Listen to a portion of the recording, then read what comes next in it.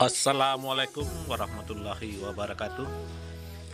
Pada hari ini Minggu tanggal 26 Februari 2023, kita warga Mandailing berserta mama-mama, ete-ete, adik-adik, kakak-kakak sedang melaksanakan guru bersama untuk membangun gedung MCK sekaligus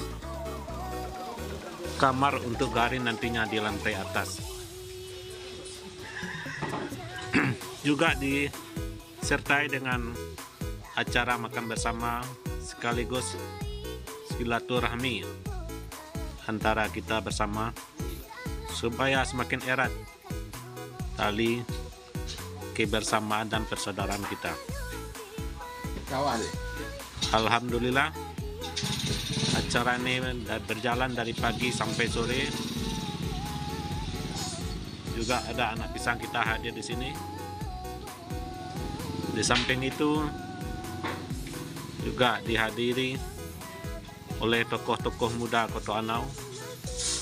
Ada John Henry, ada Us Kaliang, juga ada Mak Padin hadir di sini.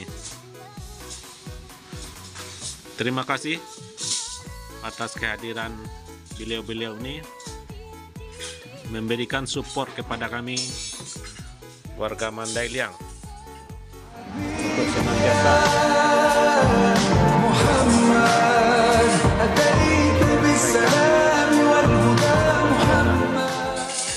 MCK dan kamar untuk Garin nantinya. Terima kasih. Waalaikumsalam warahmatullahi wabarakatuh. Sampai hari ini Rabu 15 Maret